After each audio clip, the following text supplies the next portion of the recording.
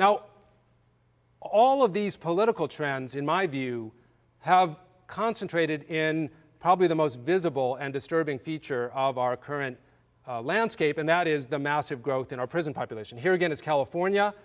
The reason I like this is it pretty much spans my whole experience with California. I arrived there in the late 70s when there was about 22,000 prisoners in the California Department of Corrections.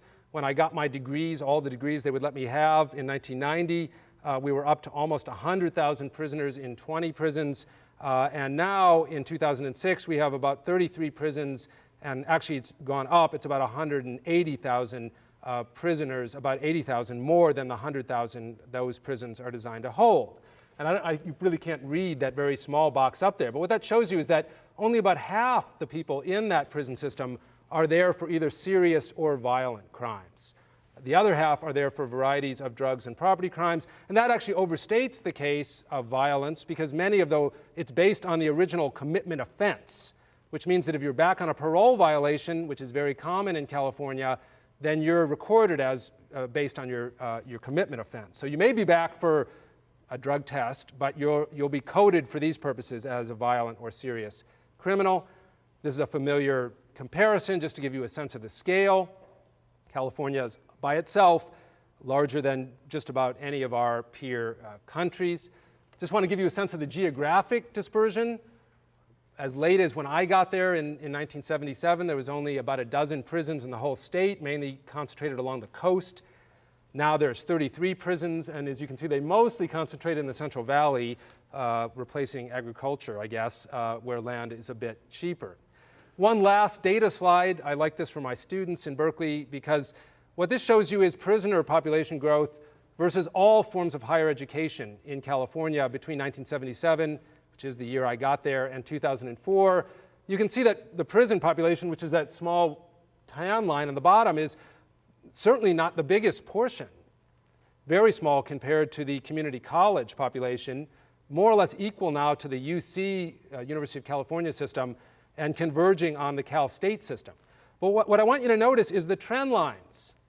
This is a period during which California essentially doubled in population, and none of the higher education systems really grew. They more or less stayed where they were, some ups and some downs. Only the prison system has relentlessly grown during this period. Now, like Durkheim, we have to look beyond just the quantitative growth to ask about the qualitative growth, or the qualitative changes associated with what David Garland, in fact, has called mass imprisonment. And mass means scale. That is, just the scale of imprisonment is much bigger than it was in the past. But it also means, in a sense, the style of imprisonment. And I think Pelican Bay, which as some of you know is a Supermax facility in California, is a good example of what I call, and now I'm delighted to find out even the governor and his leading staff call, California's warehousing approach to the prison. This is basically not a prison where anything gets done other than storing people in fairly high security setting. And in that regard, it's not much different from the other prisons in California. Very little goes on inside the box. The point is to put people inside the box, keep them away from us. That's what Duke Majan was promising to do. That's what every governor since has promised to do. Just to get a little comparative perspective to the age of solidarity, right? This is part of the age of safety and catastrophe. This is California Institution for Women, a classic rehabilitation-oriented prison built in the 1950s. And you can see, it looks kind of like a college campus. It's out along a lake. There's no wall around it. It's about reintegrating people, symbolically at least, about reintegrating people into society, not the sort of self-storage facility of box-like structures that Pelican Bay has come to be. Now, and I'm going to leave the topic of prisons in a moment, but I think one of the things that's most disturbing in California, and I don't know if this is as true in Kentucky or elsewhere, but the form of order inside the prisons that have grown so much and become a kind of warehousing system is essentially intense socialization in race and racism. And I think this is a bit ironic. California led the country recently in adopting Proposition 209, saying that race cannot be taken into account for any purpose by the state government. You can't use it in higher education for affirmative action, for instance. Yet, as came out in the recent Supreme Court decision, Johnson versus California, every inmate in California was basically segregated on the basis of race in the California system because of the existence of very powerful race-based gangs.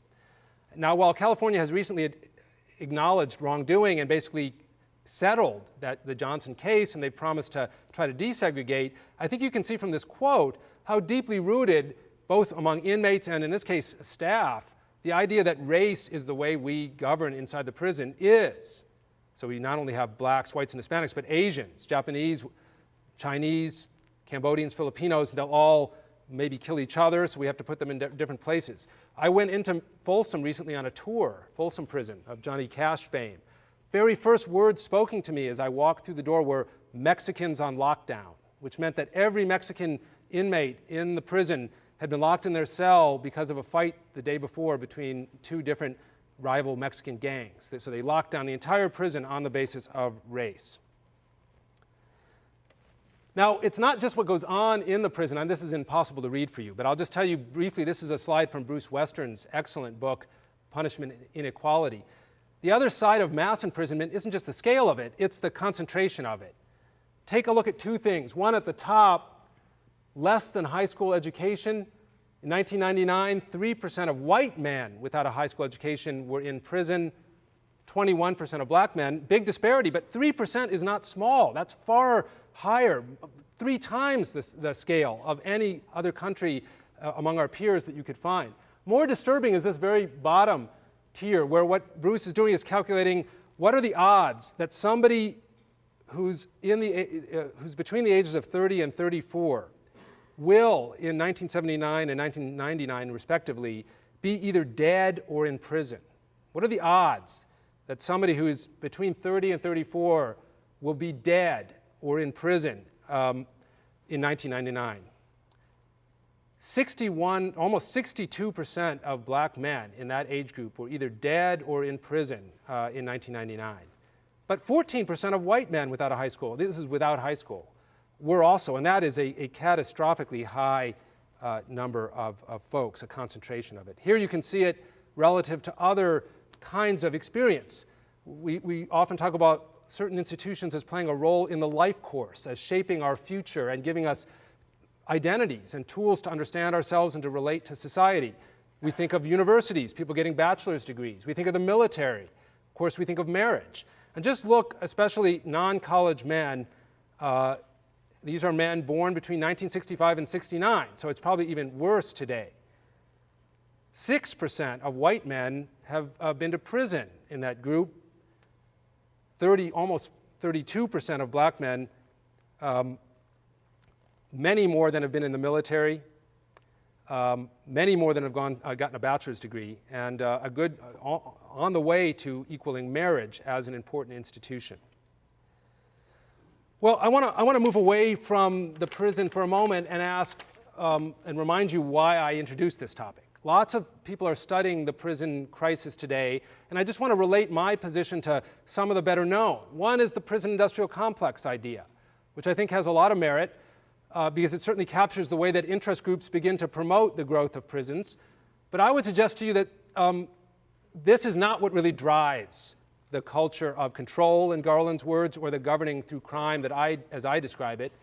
Think about the fact that American capitalism is so entrepreneurial that it pretty much can take advantage of any governmental program to make profits and to develop and create jobs and industries. So how many of you have ever heard of Ross Perot? Raise your hand, right? He was one of those cranky millionaires that was going to be a politician from he's kind of done now. That was like 10 years ago. Ross Perot made his money being a part of the welfare industrial complex. He helped the state of Texas find a smarter way to distribute welfare checks to people, all of which is to say almost anything government decides to do, if you want to have a war on poverty, if you want to have a war on illiteracy, you're going to find a business cycle forming around it. So I don't think that's really what drives it.